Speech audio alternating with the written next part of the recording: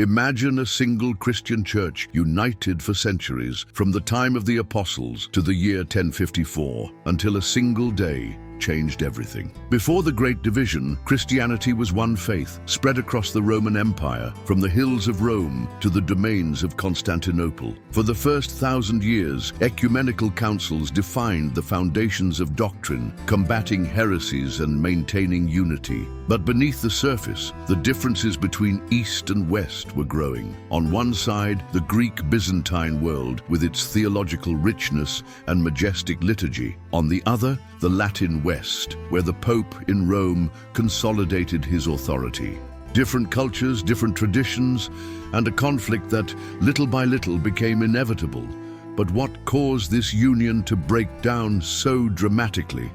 The story that follows is full of intrigue, power, and faith, and it changed Christianity forever. If you're enjoying this journey through the history of the Church, don't forget to subscribe, like, and share with those who love good historical content. Every support helps bring more episodes like this. What seemed like a simple religious disagreement was, in fact, a storm that had been brewing for centuries. At the heart of the Schism of 1054 were two irreconcilable views on power in the Church. On the one side, Rome, where the Pope claimed supreme authority over all Christians, inherited, he said, from the Apostle Peter. On the other, Constantinople and the Eastern Patriarchs, who advocated a collective leadership where no bishop should dominate the others. This dispute was not just about hierarchy, but about identity. Who had the right to define the Christian faith? But the tensions did not end there. One small word shook centuries of unity: the Filioque. Originally, the Nicene Creed stated that the Holy Spirit proceeded from the Father, but the West added, and from the Son, Filioque in Latin. For the Byzantines, this was an unacceptable change to sacred dogma, made without consulting the East. For the Romans, it was simply a theological clarification. This apparently technical dispute concealed a deep mutual distrust. And the differences were not limited to theology. While the West imposed clerical celibacy, the East permitted married priests. In the Eucharist, the Latins used unleavened bread, while the Greeks insisted on leavened bread. Every liturgical detail became a symbol of identity and division. What began as peaceful debates turned into rivalry, until in 1054, the conflict would explode irreversibly. As Rome faced barbarian invasions and its secular power declined, a new capital of Christianity emerged in the East: Constantinople, the New Rome. Founded by Emperor Constantine in 330 AD, the city was more than just a metropolis. It was the beating heart of an empire that saw itself as the true heir to Roman glory. With its imposing walls, the magnificent Hagia Sophia, and a strategic position between Europe and Asia, Constantinople was not just a city, but a symbol of power, faith, and civilization. Here, the Byzantine emperor ruled with an authority that inseparably blended politics and religion. He was not just a temporal leader, but a protector of the faith, an intermediary between God and his people. This unique relationship between throne and altar gave the emperor direct influence over the affairs of the Church, something that would have been unthinkable in Rome. Meanwhile, the Patriarchate of Constantinople grew in prestige and influence. Recognized as second only to Rome in the first ecumenical councils, the Eastern Patriarch began to question why he should submit to a distant pope whose authority he did not recognize as superior. Every lavish ceremony at Hagia Sophia, every theological decision made in Constantinople, was a step toward an Eastern Church increasingly independent and increasingly willing to challenge Rome. The stage was set for a conflict that would forever change the map of Christianity. In the year 1049, a new pope ascended the throne of St. Peter, Leo IX, a reformer determined to consolidate papal power as never before. Born in Alsace and of noble family, he saw the Roman Church not as an equal among Christian sees, but as the supreme and undisputed authority of the Christian world. His pontificate would mark the beginning of the direct confrontation with Constantinople.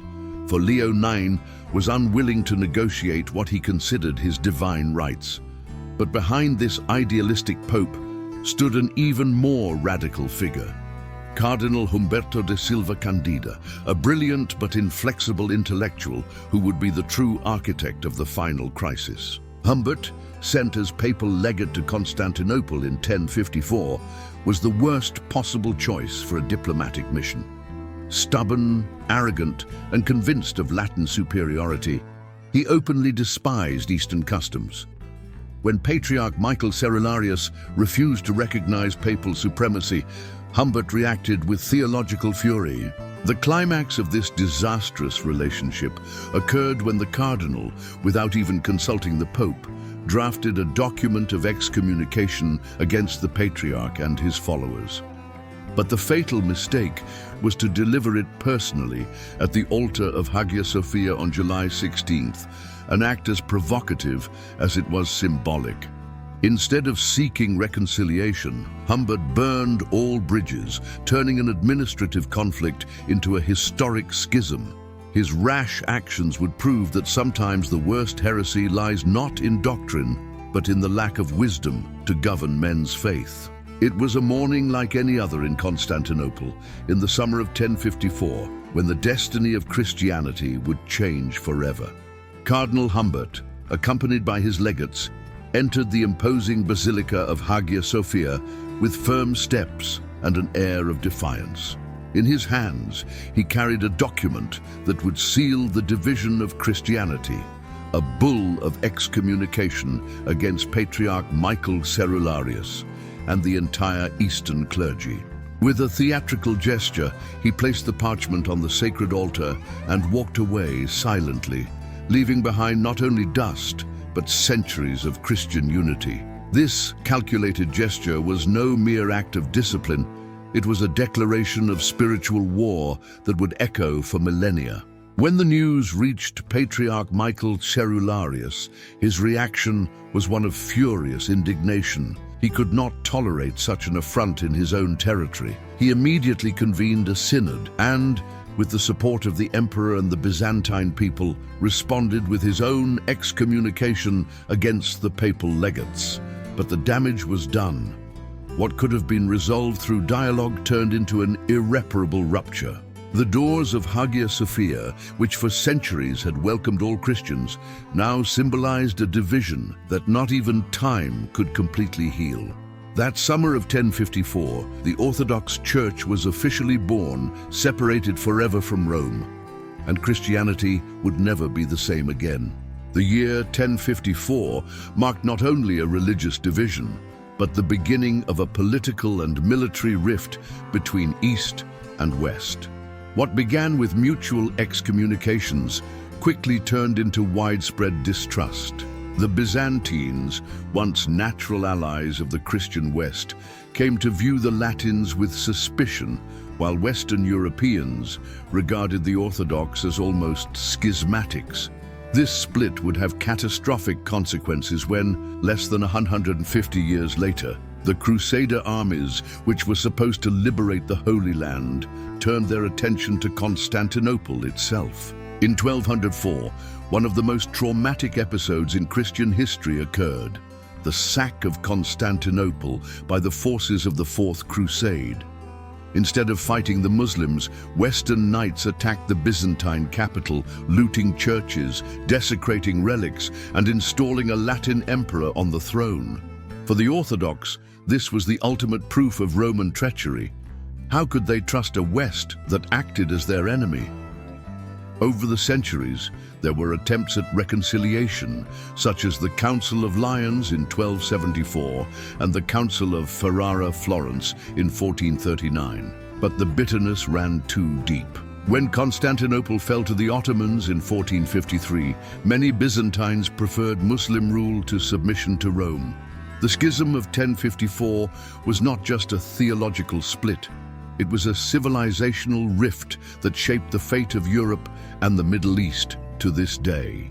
Almost 1,000 years after the Great Schism, the differences between Catholics and Orthodox have crystallized into distinct traditions that remain to this day. While the Catholic Church maintains a pyramidal structure, with the Pope as the highest and infallible authority, Orthodoxy preserves a conciliar model where autonomous patriarchs govern their national churches in spiritual communion, but without submission to a single centralized leadership. This fundamental divergence over the nature of ecclesiastical power remains the greatest obstacle to any reunification. In liturgical celebrations, the differences are striking. The Orthodox retain their long and solemn rites in Greek or Slavic languages, with icons covering the churches in profusion, while Catholics have adopted more varied forms, from traditional Latin masses to modern celebrations in the vernacular. The Eucharist itself is celebrated differently, with leavened bread for the Orthodox and unleavened bread for the Catholics. Doctrinal differences are equally profound. The Orthodox reject the concept of purgatory, the papal infallibility defined in Vatican I, and have a more mystical vision of salvation. Meanwhile, devotion to icons, so central to Eastern spirituality, has always been viewed with some reservation in the West. These are not just ritualistic differences, but expressions of two worldviews that, while sharing the same faith in Christ, have developed unique spiritual languages over centuries of separation. Despite the rupture of 1054, history records moments when East and West attempted to re-establish the broken ties. The Council of Lyons in 1274 represented the first major attempt at reconciliation.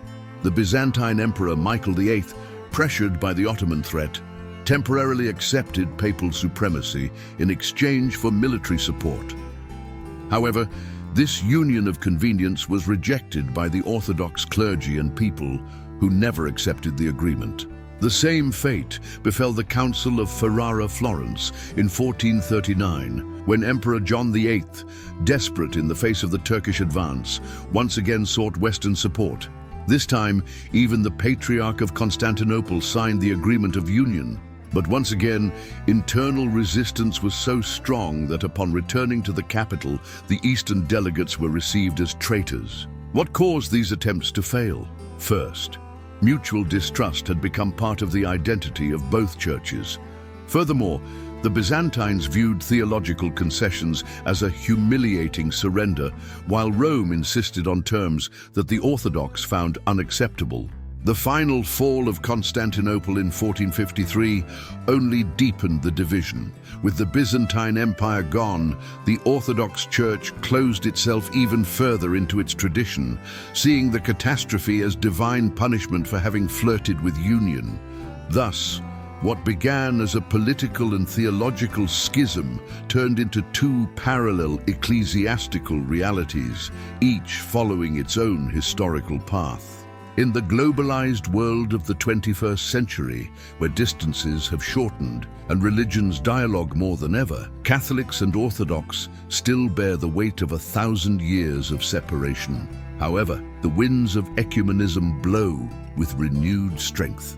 Relations between Rome and Constantinople, once marked by mutual distrust, have given way to historic gestures of reconciliation. The meeting between Pope Francis and Patriarch Bartholomew in Havana in 2016 went down in history as the first between the leaders of the two churches since the Schism of 1054. In that symbolic embrace, accompanied by the exchange of gifts and the signing of a joint declaration, the world saw the blossoming of a hope that many thought was dead. But to what extent do these gestures represent a real path towards reunification? The truth is that the obstacles remain enormous. While issues such as papal primacy and doctrinal differences remain unresolved, dialogue is advancing on other fronts. Cooperation on social issues, combating secularization, and defending persecuted Christians. On the streets, Catholic and Orthodox believers are already mixing in weddings and celebrations, showing that although ecclesiastical structures are still divided, the people of God have already begun their own reconciliation. The dream of complete unity may seem distant, but each gesture of rapprochement writes a new chapter in this ancient story. The Great Schism of 1054 did not just divide the Church, it divided European civilization itself, creating two distinct ways of expressing the Christian faith that shaped the destiny of continents. While the Catholic West developed schism, universities, and embarked on great voyages of navigation, the Orthodox East preserved Byzantine mysticism, radiating its spirituality to Russia and the Balkans. This separation has generated unimaginable riches. On the one hand, the sacred art of Michelangelo and the Summa Theologica of Thomas Aquinas. On the other, the icons of Rublev and the luminous theology of Gregory Palamas. Today, when we look at these two traditions, we realize that each holds complementary treasures. The Orthodox offer the world a profound liturgical spirituality, a cosmic vision of salvation, and heroic resistance under persecution. Catholics bring tireless missionary capacity, social engagement, and a vibrant intellectual tradition. In a time of increasing secularization, perhaps the greatest lesson is that both traditions need each other. The East can rediscover in the West the value of visible unity, while the West can rediscover in the East the contemplative dimension that is so lacking in the modern world. The schism left us as a legacy not one, but two complete ways, although separately incomplete, of living the gospel. And in this dialogue of separated brothers, perhaps lies the key to the future of Christianity in the third millennium. Many believe that the Great Schism was simply a power struggle between ambitious clerics, but the truth is much more complex. It was not simply a clash of egos, although figures such as Cardinal Humbert and Patriarch Michael Cerularius accelerated the conflict. The roots of the split lay in centuries of theological, cultural, and political differences that made East and West increasingly distant worlds. Another common misconception is that the split was inevitable. In fact, until the very end, unity could have been preserved with more dialogue and less radicalism. The schism was not an isolated event in 1054, but a gradual process where the excommunications were only the final breaking point. It's also false to imagine that the separation was immediately perceived as permanent. Many Christians at the time believed that it would be a temporary division, like so many others that the Church had already overcome. Only over time, especially after the Crusades and the fall of Constantinople, did the separation become irreversible. Understanding these nuances helps us see the schism not as a simple religious dispute, but as a watershed in the history of Western civilization. The Schism of 1054 teaches us a powerful lesson. No division begins overnight. It arises from small disagreements, from wounded pride, from dialogues that have ceased to exist. Today, when we look at the religious and political divisions of our time, we see the same pattern repeated: the inability to listen, the rigidity of positions, the transformation of differences into chasms. But history also shows us that reconciliation is possible, even after centuries of separation. What do you think? Is unity among Christians still a distant dream, or are we planting the seeds of a different future? Leave your opinion, questions, and reflections in the comments. Don't forget to like this video, subscribe to the channel, and share it with those who love history and faith.